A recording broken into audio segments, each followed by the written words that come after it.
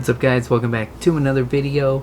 New camera. You can see all of my terrible complexion and skin spots and weird stuff. Maybe this was a bad idea. Anyways, Star Wars Knights of the Old Republic 1 and 2 are some of my favorite RPGs of all time. So I don't know why it's taking me so long to check out the follow-up MMO Star Wars The Old Republic 12 years after it came out. Really would be a long story and just not very interesting. So let's get into it. It's 2020. This game has been out for a long time. Is it worth your time? Is it actually free? How much free content do you get? Should you check this out? How does it compare to the old Knights of the Old Republic games? I'm going to do my best to answer all those questions in this video.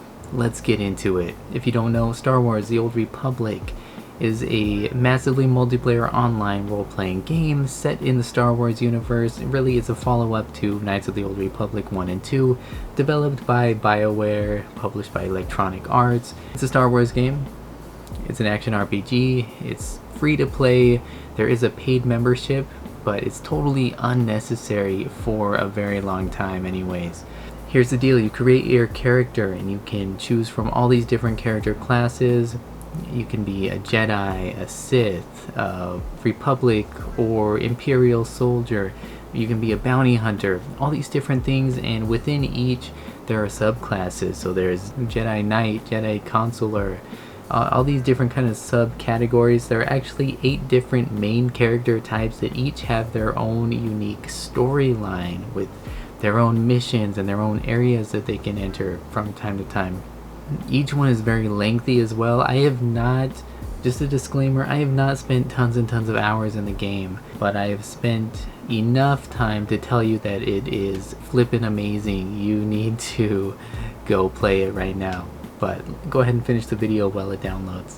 Anyways, yeah, so I started out as a Jedi Consular because that's what I always chose in the old KOTOR games. So I got my green lightsaber, double-bladed lightsaber, and some cool force powers. You start out this kind of Padawan in training who quickly takes on these crazy responsibilities, ends up having to kind of rescue his master who gets sick in the head with some things, like messing with her. You gotta go on all kinds of missions across different worlds, different planets, and yeah, you're gonna get sidetracked with a bunch of side quests, much like I'm getting sidetracked with my, words right now in my train of thought. There's a lot to do here. It's a massive open world, open galaxy with many worlds. The combat is much different from the original KOTOR games. This feels more hack and slash, as opposed to the more turn-based stuff from the old games. It's action RPG, action oriented. You have different force powers and attacks and things that you can hotkey to your number buttons on your keyboard. Starts out very basic, but once you start getting those force powers, it's really cool to just hop into a group of enemies and do your force push and push hordes of bad guys out of the way, and then do some like spinning lightsaber moves. And yeah, it's very fun, very rewarding. There's not too much grinding, at least right now. They've been having this double XP thing going on for like months, so I've been leveling up very quickly to the point where I'm surpassed where I'm supposed to be for these quest missions, and it actually kind of downscales you to fit the quest missions that you're going through. So I haven't had anything too difficult or crazy. It's been fun to be able to kind of breeze through some of these campaign missions and things without having to spend hours grinding. It's been a really nice kind of steady pace throughout the game. The graphics look really nice. It's a modernized take on KOTOR. It's like 12 years old, but it still looks really good, especially for something so massive as this.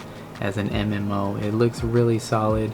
The sound is all there. You got the Star Wars soundtrack score that sounds awesome and epic as always.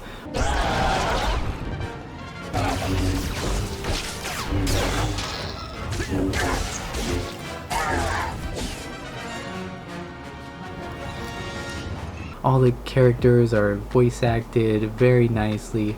I have a solid lead on the second Noeticon. Unfortunately, it's in Black Sun territory. They're a local gang. Pretty vicious. Yuan needs those Noeticons to help her. Tell me where to go.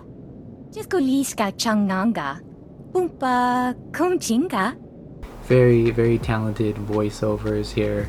Yeah, it's a very immersive world, very cool. You're going to be doing a lot of just exploring different areas and clearing out tons of enemies and, you know, looking for certain items or taking down certain enemies or whatever, just to kind of move along the storyline.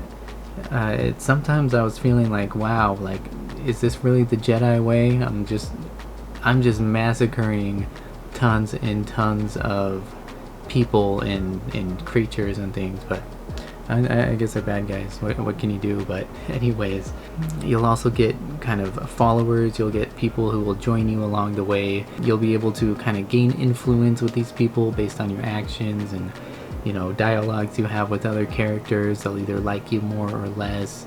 Yeah, the storyline is great, but like I say, I've only been playing 1 out of 8 storylines. We're looking at hundreds and hundreds of hours of content here that you can have totally for free. You get access to all those storylines. You can have multiple characters, so you can experience all those different storylines absolutely free. I think you get like 4 character slots for free, but without even subscribing. If you just make a one-time purchase, that opens up your character slots to like 12, and you can just spend a few dollars on some in-game currency that gives you that preferred status on your account. And then yeah, you get all those character slots. We're talking hundreds and hundreds and hundreds of hours of free content basically. Otherwise, yeah, you can subscribe for like, I don't know, it's like 12 bucks a month or something to gain access to the expansion packs and whatnot. But honestly, you don't even need to think about that until you spent hundreds of hours in the game. Totally worth playing for free. Go give it a download. You will not be sorry. So good, even today in 2020. You know, I haven't run into like tons and tons of players, but it is very populated. I do come across other players in the world, and it's always cool to see them. And there's always a, you know, there's always a chat log going at the top of the screen where you can really connect with other players. You can ask for advice. You can just chat about life and whatever. Very cool setting, very cool world. It was not a letdown at all. You know, coming from a place of just regarding the original KOTOR games so highly. Yeah, I don't know why it took me so long to jump into this game. Super cool. Totally surpassed my expectations, especially for the free content you get. Just so much free content. And I'm only scratching the surface here. This is not an in-depth review. Like I say, I haven't put hundreds of hours into the game, and I haven't even touched the PvP modes. There's some PvP modes, there's some vehicle places as well where you can fly around a spaceship and shoot stuff. I have not even gotten there yet, but I am quite a few hours into this one storyline and loving every minute of it. So yeah, I look forward to spending more time with the game. At the same time, I gotta keep moving through my backlog, make that content for you guys. So anyways, definitely check out Star Wars: The Old Republic if you haven't done so. Now is a great time to jump in, and yeah, you got nothing to lose. Check it out, guys. Anyways, if you enjoyed this video, hope you'll hit that subscribe button, hope you'll give it a like, and leave me a comment if you so choose. I will see you on the next video. Thanks so much.